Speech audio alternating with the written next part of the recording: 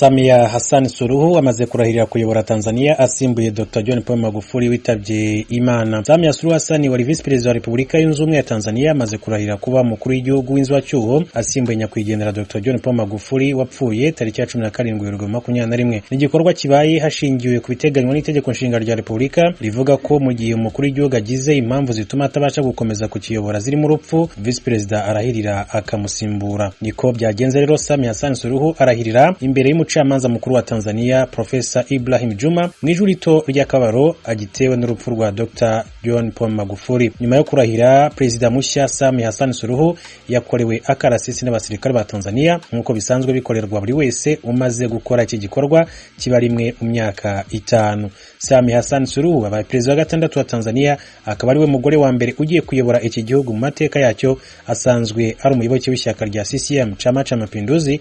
Izi nshingano arahiriye zizarangira muri 2025 igihe manda ya kabiri ya Dr. John Pombe Magufuli yagombaga kuzarangirira. Ni nawe kandi unabaye perezida wa kabiri mu mateka ya Tanzania ukomoka mu birwa bya Zanzibar. Uwa mbere akaba ari uwitwa Ali Hassan Mwinyi wategetse Tanzania imyaka igera ku 10 kuva mu mwaka wa 1995 kugeza muri 2005. Mama Samia ni muntu ki mu bikorwa byo kwiyamamaza mu matora yo 2015. Samia Hassan Suluhu yamamazaga nk'uwaba vice president ku itike y'ishyaka rya CCM Chama cha Mapinduzi, agaragaye mu by'ukuri aherekejwe n'imodoka z'abahanzi benshi cyane bakomeye bo mu gihugu cya Tanzania. Mbere yaho benshi baramutinyaga kubera kumwubaha, ariko nk'uburyo rero bwo kwiyegereza abayoboke abasaba ikintu kimwe gusa, kumwita Mama Samia Hassan Suluhu. Kuba icyo gihe inkingi yari bitandukanyije irasenyuka, ibikorwa bye byo kwiyamamaza biritabirwa cyane, bitandukanye n'ibyari menyerewe mbere mu bikorwa byo kwiyamamaza ku bakandida ku mwanya wa vice president. Ku banyatanzania benshi cyane, Samia Hassan Suluhu imyaka 61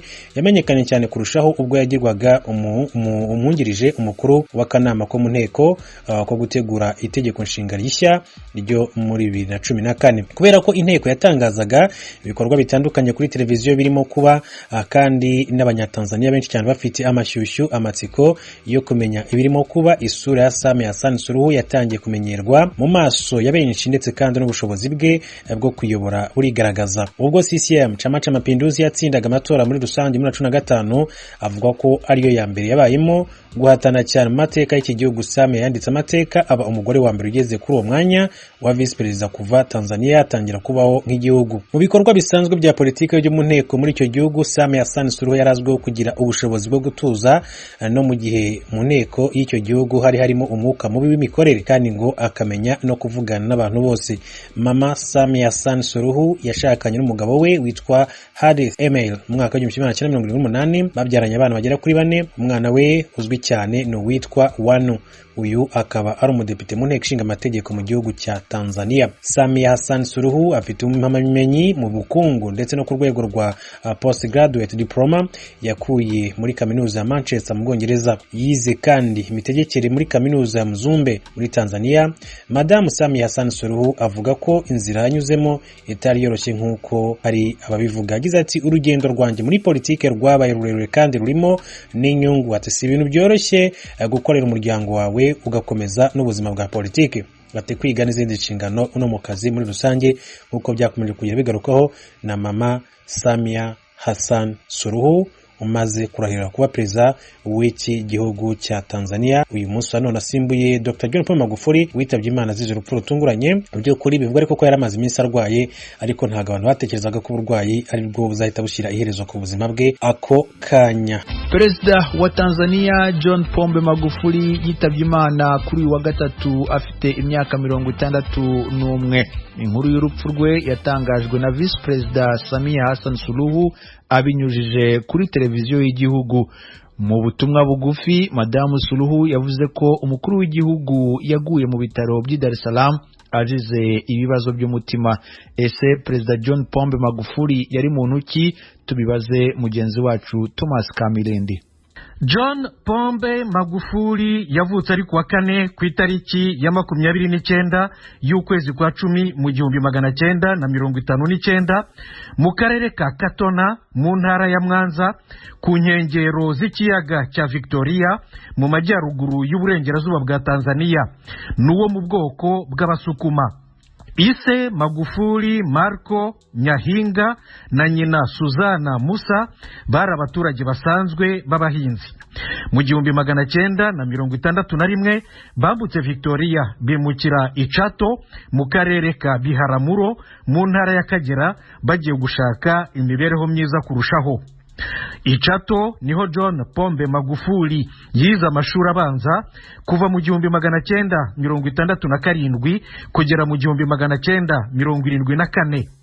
Ayarangije yagiye kwiga muri seminari nto y'abagatolika ya Katoke Ibiharamuro mu 1975-76. Yarahavuye ajya kwiga mu ishuri ryisumbuye ryitwa Lake Secondary School Imwanza mu 1977-78 nk'uko tubisoma ku rubuga rwa internet rwa guverinoma ya Tanzania. Yarangirije amashuri yisumbuye Imkwawa mu ntara ya Iringa kuva mu 1979 kugera mu 1981. Aha Imkwawa niho John Pombe Magufuli yize mu ishuri nderabarezi mu 1981-82 mu ishami ry'imibare n'ubutabire, chimie mu gifaransa cyangwa chemistry mu cyongereza. Mu 1982-83 yabyigishije mu ishuri ryisumbuye rya Serengema mu ntara ya Mwanza.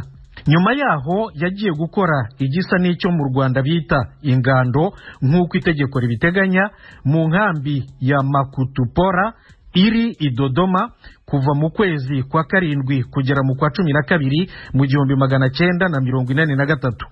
Mu kwezi kwa mbere 1984 yagiye kurangiriza inyigisho ze mu kigo cya gisirikari cya Makuyuni mu ntara ya Arusha. Mu 1985 John Pombe Magufuli yagiye kwiga muri kaminuza y'i Dar es Salaam. Nyuma y'imyaka 3 mu 1988 yahakuye impamyabumenyi yisumbuye Bachelor of Science mu mibare n'ubutabire.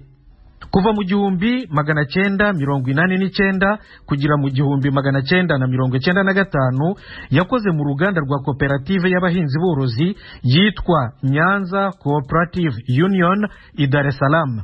Muri icyo gihe kuva mu 1991 kugera mu 1994 yanigiraga impamyabumenyi yo hejuru Master's Degree muri siyansi muri gahunda ya kaminuza y'i Dar es Salaam na kaminuza ya Salford yo mu Bwongereza. Yakomereje amasomo y'impamyabumenyi ihanitse ya PhD muri kaminuza y'i Dar es Salaam mu butabire kugera mu 2009.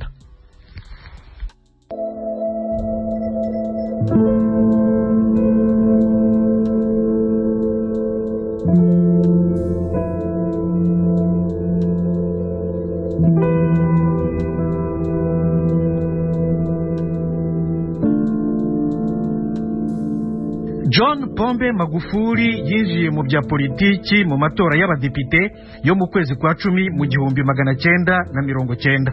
Yaratsinzwe. Yarongeye ariyamamaza mu matora yakurikiyeho mu 1995, noneho aratsinda, atsindira intebe ya Chato mu nteko ishinga amategeko y'igihugu ari mu ishyaka rya CCM Chama cha Mapinduzi. Yaratararangiza manda ye ya mbere ubwo President Benjamin Mkapa yamugize minisitiri wungirije w'ibikorwa remezo. Yakomeje kuba depite wa Chato, yongera no kubitorerwa mu 2000 ari nabwo yabaye minisitiri w'ibikorwa remezo. Mu 2005 nabwo yarongeye atorerwa kuba depite wa Chato. President Chakaya Kikwete yamukuye muri ministeri y'ibikorwa remezo amugira minisitiri w'ubutaka n'imiturire ubwo hari mu kwa mbere mu 2006. Kuva mu 2008 kugera mu 2010 John Pombe Magufuli yabaye minisitiri w'ubuhinzi, ubworozi n'uburobyi mbere yo gusubira kuba minisitiri w'ibikorwa remezo nanone kuva mu 2010 kugera mu 2010.